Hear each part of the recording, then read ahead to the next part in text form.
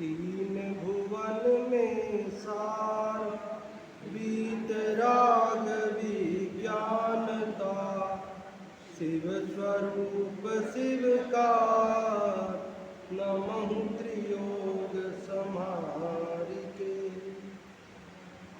यह पद्मनंदी पंचविंशतिका नामक ग्रंथराज है।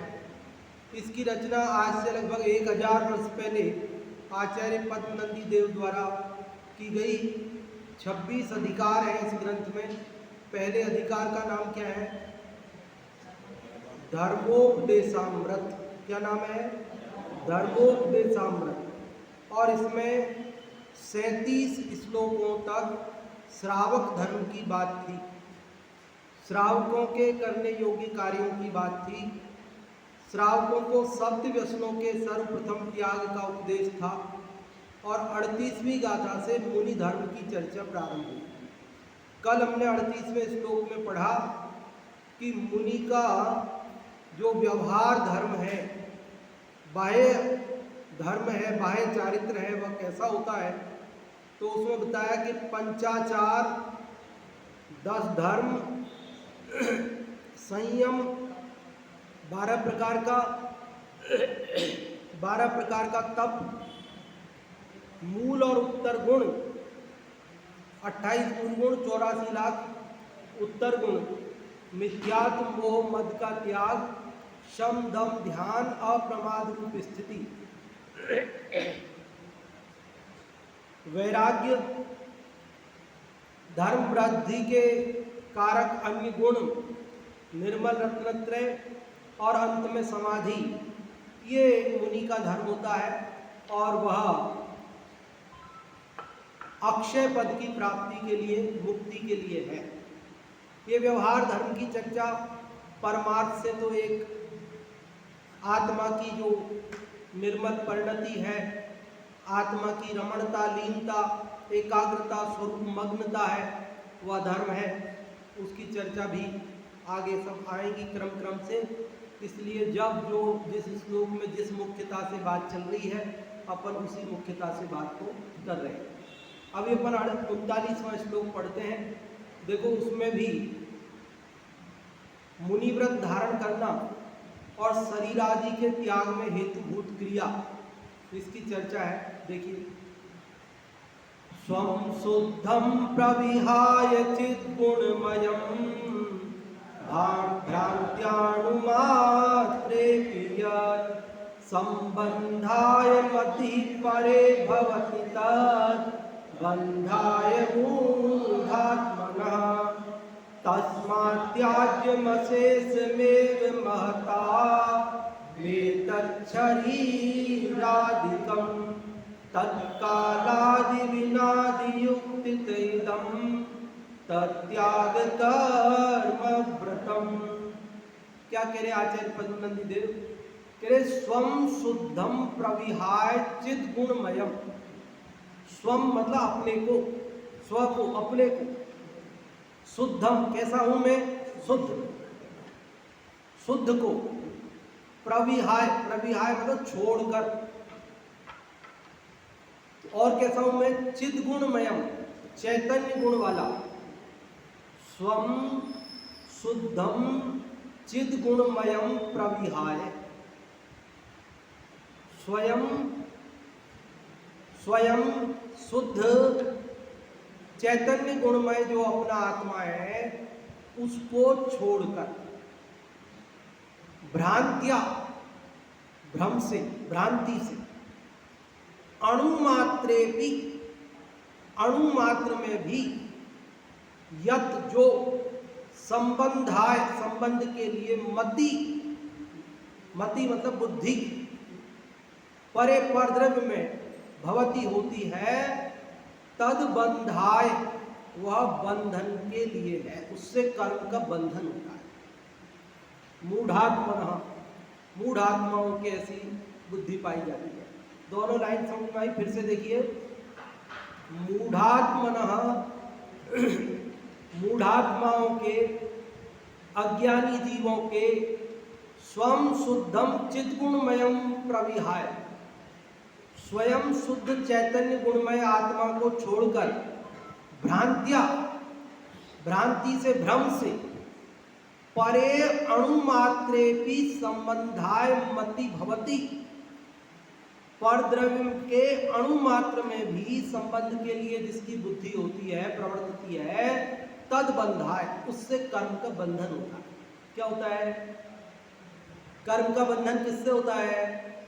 कि पर को अपना मानने से होता है। परद्रव्य में अपने को तो भूल गया, अपने को तो भूल गया और पर को अपना मान लिया, बस इससे कर्म का बंधन होता है। किससे कर्म का बंधन होता है? देखो, लोक मार्ग और मोक्ष मार्ग में कोई ज्यादा अंतर नहीं है। ज्यादा अंतर नहीं है मतलब इस अपेक्षा से ज्यादा अंतर नहीं है कि लोक मार्ग में भी आप अपनी वस्तु को छोड़कर दूसरे की वस्तु को अपना मानोगे तो बंधन होगा, जेल होगी। और मोक्ष मार्ग में भी अपने स्वरूप को भूलकर परद्रव्य को अपना मानोगे तो कर्म बंधन होगा।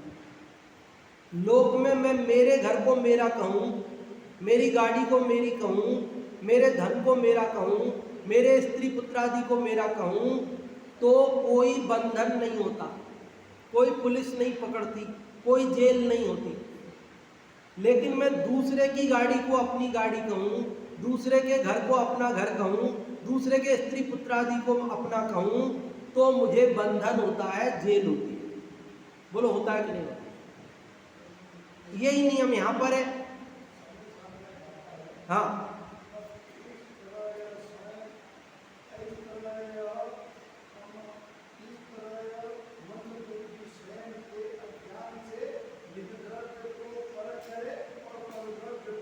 अपना करे, बहुत बढ़िया। कि अज्ञान से मंद बुद्धि जीव स्वयं को तो पहचानता नहीं और परद्रव्य को अपना मान लेता है। अपने को तो पराया, आत्मा की बात चले तो पता नहीं किस आत्मा की बात करते हैं ये।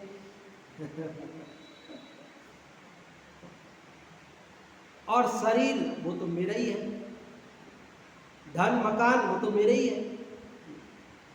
तो जो मेरे नहीं है वास्तव में, उनको तो मैंने अपना मान लिया, और जो वास्तव में मैं हूं उसको जाना नहीं। बस यही कर्म बंधन का कारण है। तो दोनों लाइन समझ में आई? देखो फिर से, मूढ़ात्मनः अर्थात अज्ञानी आत्मा के स्वम शुद्धम चिद्गुणमयम प्रविहाय, अपने शुद्ध चैतन्य गुणमय आत्मा को छोड़कर भ्रांत्या, भ्रम से, अणुमात्रेपि परे संबंधाय यत मति भवति, परद्रव्य के अणुमात्र में भी संबंध के लिए जिसकी बुद्धि प्रवृत्ति है, तद बंधाय, उससे कर्म का बंधन होता है। अच्छा, परद्रव्य को अपना मानने से बंधन होता है, तो फिर क्या करें? तस्मात् त्याज्यम अशेषम एव, तस्मात् त्याज्यम अशेषम एव, दिखा के कहीं ये लिखा हुआ एक ही शब्द दिख रहा है आपको, उसमें 4 शब्द है। तस्मात् त्याज्यम अशेषम एव, तस्मात् मतलब इसलिए, किस लिए? कि परद्रव्य को अपना मानने से कर्म बंधन होता है, इसलिए त्याज्यम, त्यागने योग्य है। क्या क्या त्यागने योग्य है? अशेषम एव, अशेषम मतलब कुछ भी शेष बचाए बिना, सारा परद्रव्य त्याज्य है। परद्रव्य में से क्या रखना और क्या छोड़ना? कह रहे परद्रव्य के अणुमात्र में भी यदि अपनी बुद्धि करी, उससे संबंध जोड़ने की कोशिश की, तो बंधन होगा। तो हमें किस किस को छोड़ना अगर बंधन नहीं चाहिए तो? अशेषम, अशेषम मतलब शेष बचाए बिना, सब पूरा कंप्लीट परद्रव्य को क्या करना है? त्यागना है, छोड़ना है। महता, महान पुरुषों के द्वारा तो त्याज्य है। अब क्षुद्र पुरुष तो अपना मानेंगे और कर्म बंधन में पड़ेंगे, उसकी बात अलग है। लेकिन महापुरुष तो अवश्य ही सर्व पदार्थों को, परद्रव्यों को त्यागेंगे। एतत् शरीरादिकम, ये शरीर आदि भी त्याज्य है। ये शरीर भी परद्रव्य है, इसलिए शरीर भी त्याज्य है। क्यों अशुद्ध छप गया कि शरीर आदिकम लिख रहा है, शरीर आदिकम नहीं कह रहे, श की बजाय छ छतरी वाला है, तो अशुद्ध है क्या? अशुद्ध नहीं है। ये संधि के नियम से स का छ हो गया है, जब अलग करेंगे तो शरीरादिकम हो जाएगा। एतत् शरीरादिकम, च है ना उसका भी, वो भी त का च हुआ है। एतत् शरीरादिकम, ये शरीर आदि समस्त परद्रव्यों का क्या कर देना चाहिए? त्याग कर देना चाहिए। तो अब समस्या खड़ी हो गई कि घर का त्याग करने की कहते तो कोई बात नहीं, कपड़ों का त्याग करने की कहते तो कोई बात नहीं, रुपए पैसे का त्याग करने की कहते तो कोई बात नहीं, स्त्री पुत्र आदि का त्याग करने की कहते तो कोई बात नहीं, लेकिन आप तो शरीर का ही त्याग कर रहे। अब शरीर का त्याग कैसे करें? आत्मघात तो महापाप बताते हो, तो शरीर को छोड़ने के लिए करें क्या? अगर शरीर को छोड़ने के लिए आत्मघात करें तो वो तो महापाप है। और शरीर को छोड़ना हमारे हाथ में कैसे बताओ? जब आयु पूरी होगी तब छूटेगा। लिखा उन्होंने, अपनी समस्या को लिखा चौथी लाइन में, उन्होंने कहा तत्कालादि बिना, तत् मतलब वह क्या? शरीर। कालादि बिना, काल जो उसका समय है, उसकी आयु है, उसके बिना क्या होता है? छूटता नहीं है। आयु पूरी होगी नहीं तो शरीर का त्याग हो नहीं सकता है। तो फिर क्या करे? तो कह रहे युक्ति से त्याग करो। युक्ति युक्ति युक्ति क्या होती है? कहते कि प्रमाण न्यायात्मको न्याय, जो न्याय है उसी को युक्ति भी कहते हैं। प्रमाण और न्याय से जो सिद्ध होता है ना। तो ये कई बार क्या होता है, कोई काम ऐसे नहीं होता है तो तरीके से किया जाता है, युक्ति से किया जाता है। ये शरीर को आप युक्ति से छोड़ो, तो युक्ति से कैसे छोड़े? वो आयु पूरी होगी जब छूटेगा, तो कह रहे युक्ति से छोड़ो। युक्ति से कैसे? कह रहे ये शरीर जब तक आयु है रहने दो, रहेगा, लेकिन तुम इसको अपना मानना छोड़ दो। क्या करो? ये शरीर मैं हूं, शरीर मेरा है, शरीर का मैं करता हूं, भोगता हूं, ऐसा मानना छोड़ दो। शरीर जब छूटेगा, छूट जाएगा। आयु पूरी होने के पहले नहीं छूटेगा, तो भी आप क्या करो? ये शरीर मेरा नहीं है, शरीर से राग छोड़ दो बस। शरीर से राग छूट जाएगा तो शरीर भी छूट गया, क्योंकि इससे ज्यादा और छोड़ना हमारे हाथ में नहीं है, वो आयु के अधीन है। अच्छा ऐसी बात है, तो फिर शरीर के अलावा आप घर और मकान और रुपया पैसा उनसे भी राग ही छुड़ाओ, उनको भी मत छुड़ाओ। देखो किसी अपेक्षा से तो ये बात भी सही है कि उनसे भी राग ही छोड़ा जाता है, क्योंकि उनको भी वो तो छूटे ही हुए हैं पहले से ही, राग का ही तो बंधन है। लेकिन दूसरी अपेक्षा से बात करें तो वो तो अलग हो सकते हैं ना, उनमें कोई आयु वगैरह की हमारे कोई बंधन नहीं है ना ऐसा। अभी और सूक्ष्मता में मत जाना, जब तक हमारे पुण्य का उदय हो तो वो सामग्री तो हमारे पास रहेगी नहीं, ये वो इष्ट का संयोग और वो ज़्यादा बारीकी में नहीं जाना। लेकिन इतना या करें, शरीर में और अन्य द्रव्यों में थोड़ा सा फर्क है। शरीर का आत्मा के साथ एक क्षेत्रावगा संबंध है और वो आयु पर्यंत रहता है, इसलिए उसको क्या करो? युक्ति से छोड़ो। अब युक्ति के अंदर भी एक तो उन्होंने कह दिया भाई राग छोड़ दो, और इस शरीर को आत्म साधना में काम में लो। क्या करो? शरीर से राग तो तोड़ दो और इसको ध्यान में लगाओ, अपने मोक्ष के मार्ग में अपने धर्म ध्यान का साधन बनाओ इसको। और जब तक राजी राजी ये आपका काम करे, क्या, जब तक ये स्वस्थ है, जब तक ठीक है, जब तक चल रहा फिर रहा है, आपके अनुसार कर रहा है, आपको धर्म ध्यान में बाधा नहीं कर रहा है, तब तक तो ये करो। और जब ये बीमार पड़ जाए, जब ये कमजोर हो जाए, जब आपकी आत्म साधना में साधक की बजाय बाधक बनने लग जाए, तो फिर संलेखना धारण करो।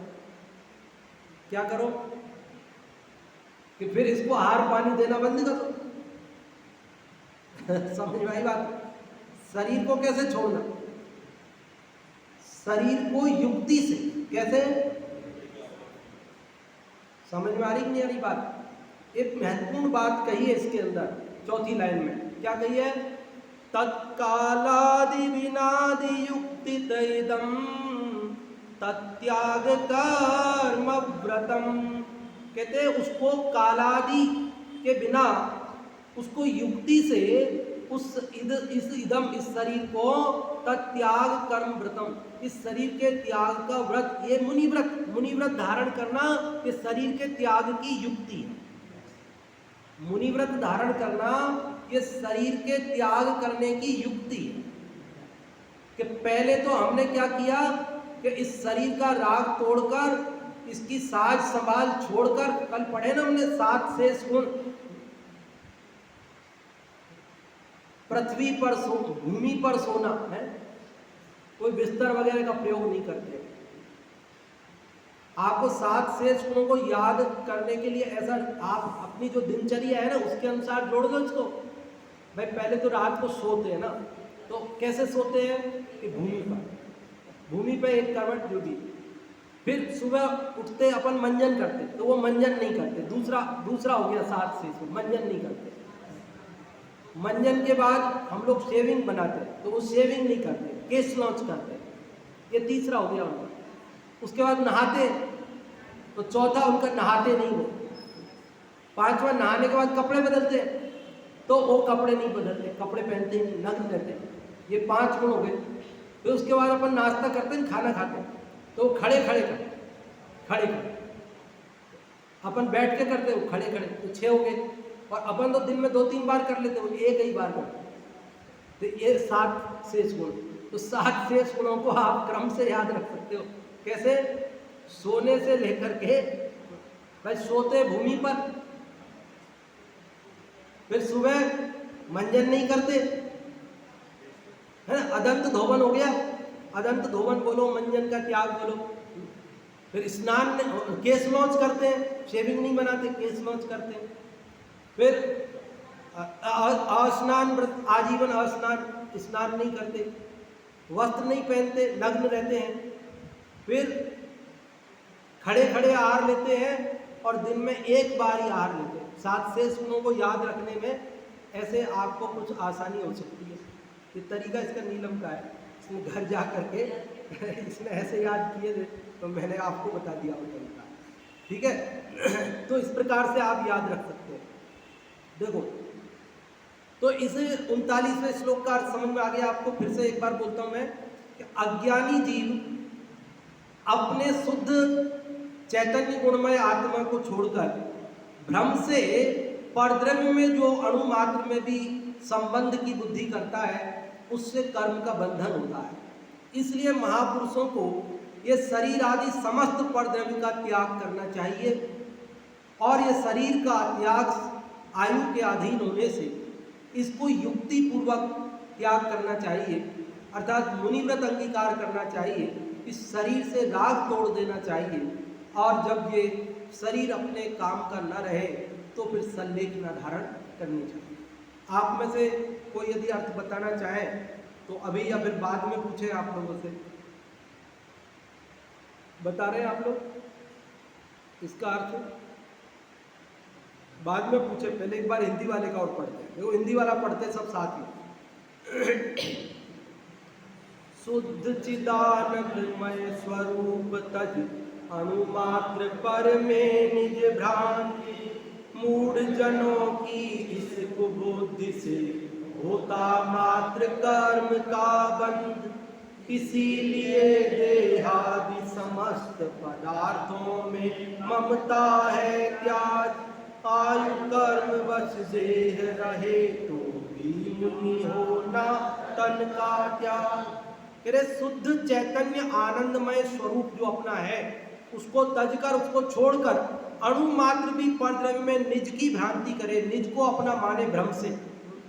ये मूढ़ जन है, अज्ञानी ऐसा कुबुद्धि से, खोटी बुद्धि के, मिथ्या बुद्धि मिथ्या ज्ञान के कारण ऐसा मानते हैं। तो होता मात्र कर्म का बंधन। इससे क्या होता है? कर्म का बंधन, मुक्ति नहीं होती।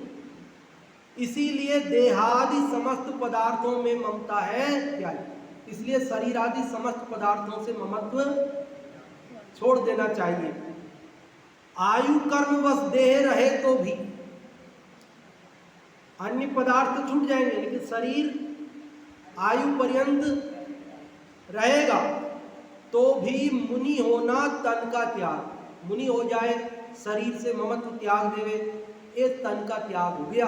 अब उस आयु से जब छूटेगा तब छूट जाएगा। उन्होंने तो छोड़ दिया, तभी तो शरीर को सजाने संवारने, सब नहाने धोने, सारी क्रियाओं को उन्होंने छोड़ दिया, क्योंकि अब शरीर से उनको कोई ममत्व नहीं। लोग हमसे पूछते, हमारे साथ रहने वाले, काम करने वाले स्टाफ के अजैन लोग, व्यापारी लोग, मित्र लोग, पढ़ने वाले पूछते, तुम्हारे मुनिराज नग्न रहते क्यों रहते? तुम्हारे मुनिराज स्नान नहीं करते क्यों नहीं करते? तुम्हारे मुनिराज मंजन नहीं करते क्यों नहीं करते? तुम्हारे मुनिराज खड़े खड़े आहार लेते हैं क्यों लेते हैं? तुम्हारे ऐसे प्रश्न पूछते हैं और हमसे उत्तर नहीं लगते। हम ये नहीं बता पाते कि इसलिए ऐसा करते हैं। वो पूछते तुम्हारे मुनिराज तो केस लॉन्च करते हैं, इतना खून आ जाता है, उनको दर्द होता है, और आप जो है मतलब उस तरह से कैंची से नहीं कटवाते बालों को, तो ऐसे तुम्हारे मुनिराज क्यों करते हैं? ऐसा हमसे प्रश्न करते हैं और हम उनको उत्तर दे पाते कि नहीं दे पाते? हमको पता है ऐसा क्यों, हमको ही पता नहीं है, हम कैसे बताएंगे उनको? तो यहाँ बहुत महत्वपूर्ण चर्चा आगे आ रही है कि एक एक व्रत मुनिराज का क्यों वे नग्न रहते हैं, क्यों वे केश नोच करते हैं, क्यों स्नान नहीं करते हैं। हर एक का एक एक श्लोक में बहुत प्यारा वर्णन है, वो हम पढ़ेंगे तो हमारी भी बुद्धि खुल जाएगी। और कोई हमसे पूछेगा ना आज के बाद कि नग्न क्यों रहते हैं, तो हम तुरंत उसका जवाब व्यवस्थित उसको दे सकें। पहले तो अपना समाधान हो जाएगा और फिर कोई पूछेगा तो उसका भी समाधान हम कर सकेंगे। ऐसी सुंदर चर्चा आगे आने वाली है। तो इस श्लोक का जो अर्थ है यहाँ से वो भी मैं पढ़ता हूँ। चलो, अपने शुद्ध चैतन्य को छोड़कर परमाणु मात्र पर पदार्थों में भी चैतन्य गुण के भ्रम से यदि मूढ़ पुरुषों की बुद्धि लग जाए तो उस बुद्धि से केवल कर्म बंध ही होता है। इसलिए सज्जन पुरुषों को शरीर आदि के समस्त पदार्थों का त्याग अवश्य कर देना चाहिए। यदि आयु कर्म के प्रबल होने से शरीर आदि का त्याग न हो सके तो शरीर आदि के त्याग करने के लिए मुनि व्रत ही धारण करना योग्य है, क्योंकि मुनि व्रत धारण करना ही शरीर आदि के त्याग करने में हेतुभूत क्रिया है। देखो, हेतुभूत क्रिया है मतलब शरीर के त्याग में एक दूसरी बात यह और है कि एक बार शरीर छोड़ देने से कोई काम नहीं चलेगा। भाई हमने मान लो एक बार शरीर जैसे तैसे छोड़ दिया, दूसरा मिल जाएगा, तो तब मैं तो आत्मघात करके ही छोड़ देता हूँ, मुझे नहीं चाहिए कल तक, आज ही छोड़ता हूँ, क्या होगा? एकम दो त्रीनवा अनाहारक, एक दो अथवा तीन समय अनाहारक रहता है, चौथे समय में तो शरीर मिलना ही, शरीर के योग्य परमाणुओं का ग्रहण होना ही है, तो शरीर फिर मिल जाएगा। तो मेरा शरीर छोड़ना तो निरर्थक चला गया, क्योंकि एक छोड़ा दूसरा मिल गया। तो शरीर का छोड़ना इसकी विधि मुनि बनना है, क्योंकि फिर दूसरा शरीर नहीं मिलना चाहिए, तब तो शरीर छोड़ना। एक शरीर छोड़े और दूसरा मिल जाए, उससे फायदा क्या हुआ? ये छोड़े और दूसरा नहीं मिले तब शरीर छोड़ना हुआ। समझ में आई ना बात? तो शरीर कब छूटेगा परमानेंटली?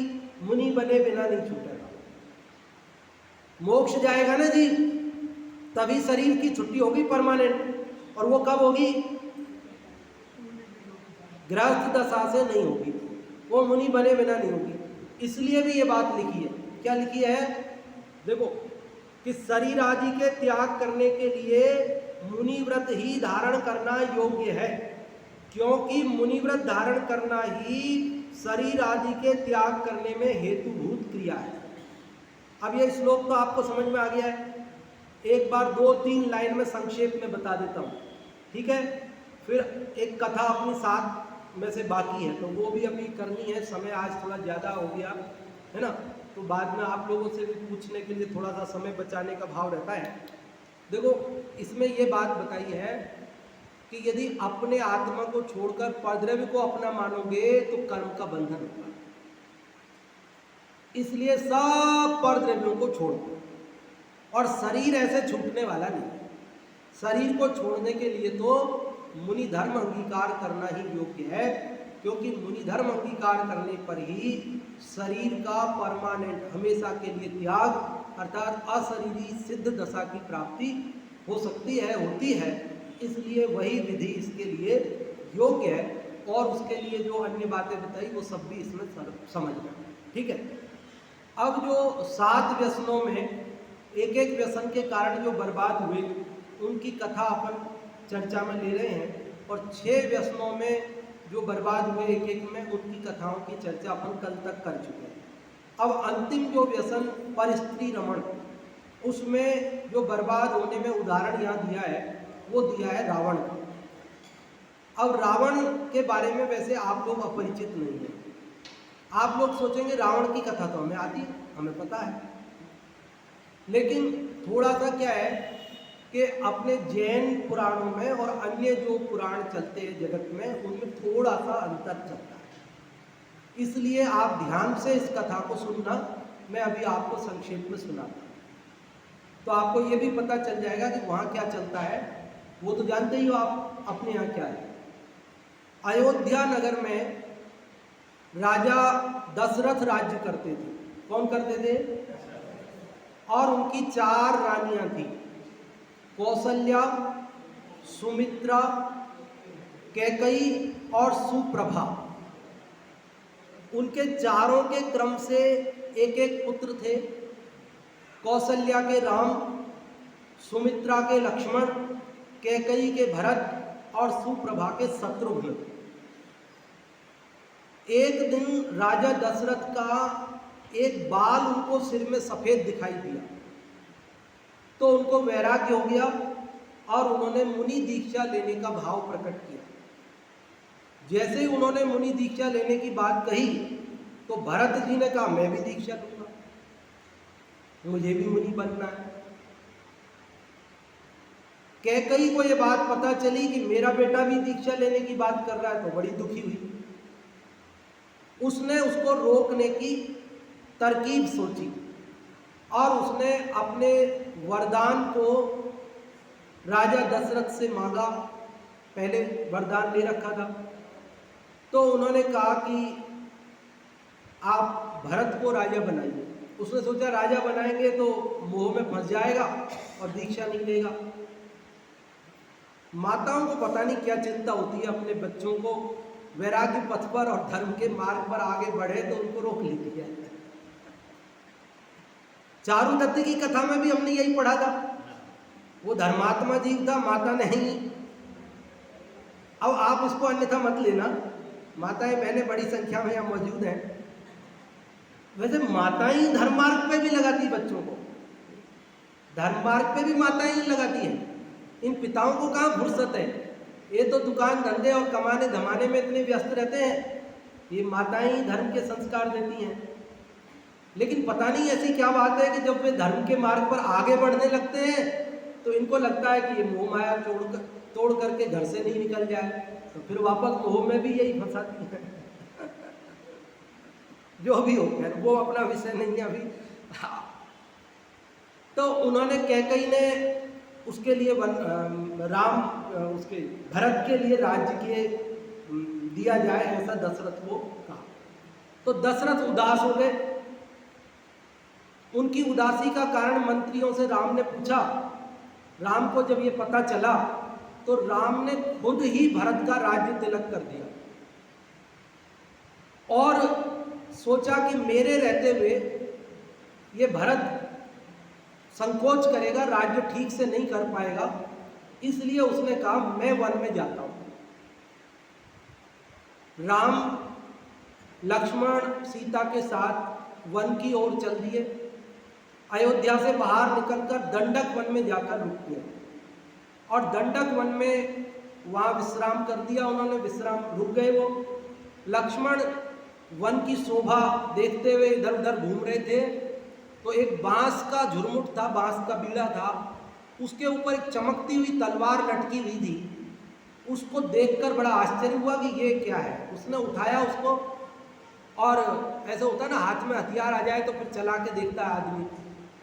तो उसने उस बांस के उसके ऊपर ही चला दिया तो उसके अंदर शंभु कुमार बैठा हुआ था, उसकी गर्दन भी कट गई, जो कि 12 वर्ष से उस चंद्रहास खड़ग को प्राप्त करने के लिए साधना कर रहा था। उसी चंद्रहास खड़ग से उसकी गर्दन कट गई। दुख तो हुआ लक्ष्मण को, अनजाने में ऐसा अपराध हो गया, लेकिन अब कर भी क्या सकते थे, वो तो होना था जो हो गया।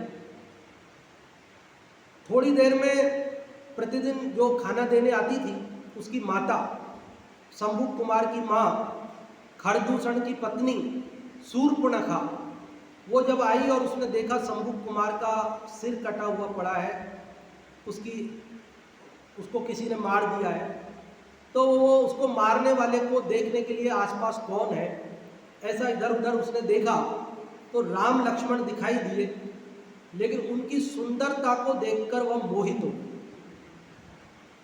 और उसने राम लक्ष्मण से बहुत प्रार्थना की कि मुझे स्वीकार कर लो अपनी पत्नी के रूप में। लेकिन राम लक्ष्मण तो मर्यादा का पालन करने वाले थे, उन्होंने उसको स्वीकार नहीं किया।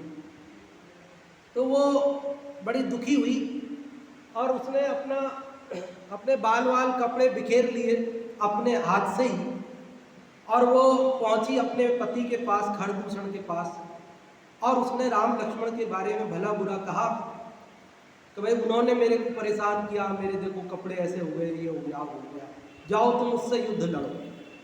खरदूषण को युद्ध के लिए उकसाया। खरदूषण भी आवेश में आ गया और अपने साले रावण को सूचना दी कि मैं जा रहा हूँ युद्ध लड़ने के लिए, तुम भी आ जाओ मेरी मदद के लिए। तुम्हारी बहन से छेड़खानी की है उन्होंने, और वो तो चल दिया। रावण ने कहा मैं आ रहा हूँ, तुम चलो। खरदूषण आ गया युद्ध लड़ने के लिए, तो लक्ष्मण को भी युद्ध लड़ना जरूरी हो गया। लक्ष्मण ने कहा राम से कि आप सीता की रक्षा करो और मैं जाता हूँ खरदूषण से लड़ने के लिए, और आप तब तक मत आना जब तक मैं सिंहनाद नहीं करूं। अगर मेरे पे ज्यादा संकट होगा तो मैं सिंहनाद करूंगा, तब तुम आना। अब देखना यहाँ कोई सोने के मृग वाली बात नहीं है।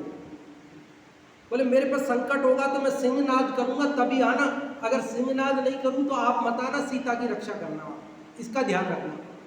वो चला गया। पीछे से रावण आ रहा था पुष्पक विमान में बैठकर।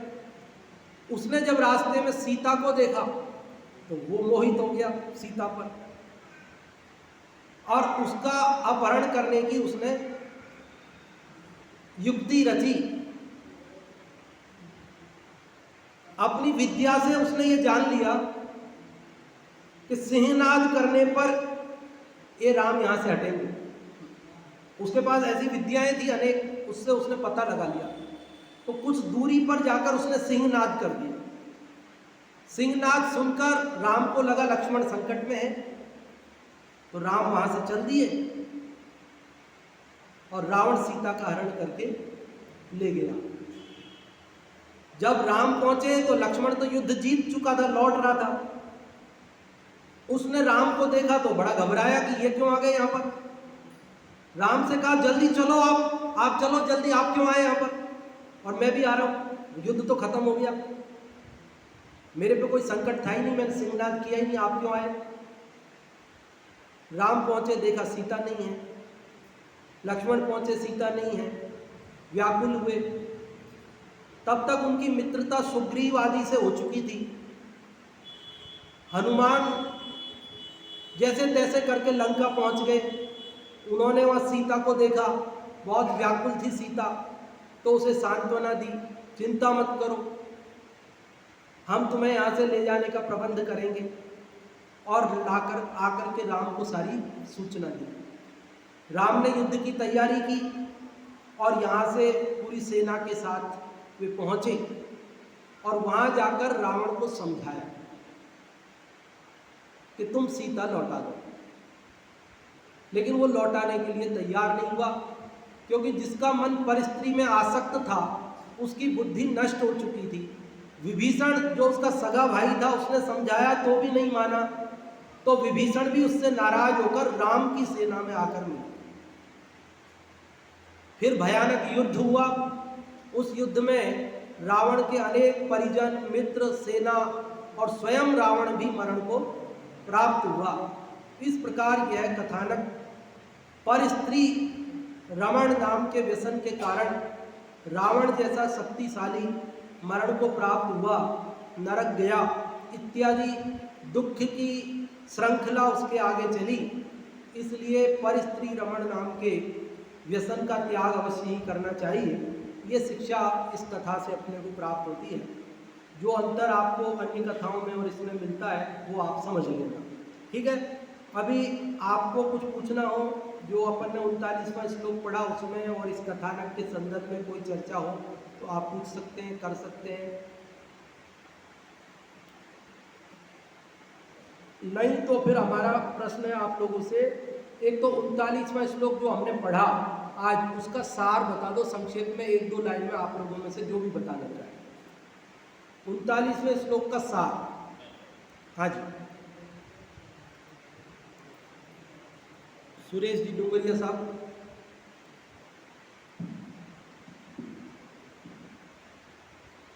इस 39वें श्लोक में आचार्य मुनिव्रत धारण करना और शरीर आदि के त्याग का हेतु बताते हुए कहते हैं कि जो अपने शुद्ध चैतन्य को छोड़कर और परमाणु मात्र भी चेतन गुरुओं में नहीं समझते हैं और मूल गुरु से अगर बुद्धि लग जाए तो उस बुद्धि में केवल कर्म बंद ही होता है। ये बताते हुए ये कहते हैं कि सज्जन पुरुषों को शरीर आदि समस्त पदार्थों का त्याग करके अपने लक्ष्य को प्राप्त करना चाहिए। और दूसरा, मुनि को जो शरीर आदि है उसके त्याग के लिए उन्होंने युक्ति पूर्वक हेतु जानकर उसका त्याग करना चाहिए। हाँ, मुनि धर्म अंगीकार करना ही शरीर को त्याग करने की सबसे अच्छी युक्ति है, तरीका है। इस प्रकार से इसका सार आपने बताया, बहुत बढ़िया। और जो कथा अपन ने रावण की सुनी उसको यदि आप में से कोई संक्षेप में बताना चाहे, जितनी आपको याद रही हो उतनी, तो आप बता सकते हैं। कौन बताना चाहेंगे?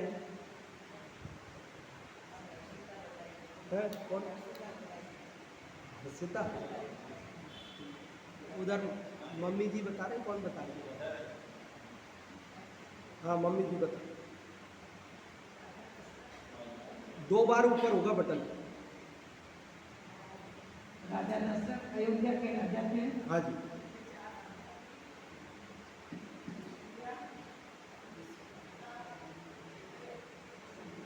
बटन ऊपर कर लो तो आवाज आ जाएगी।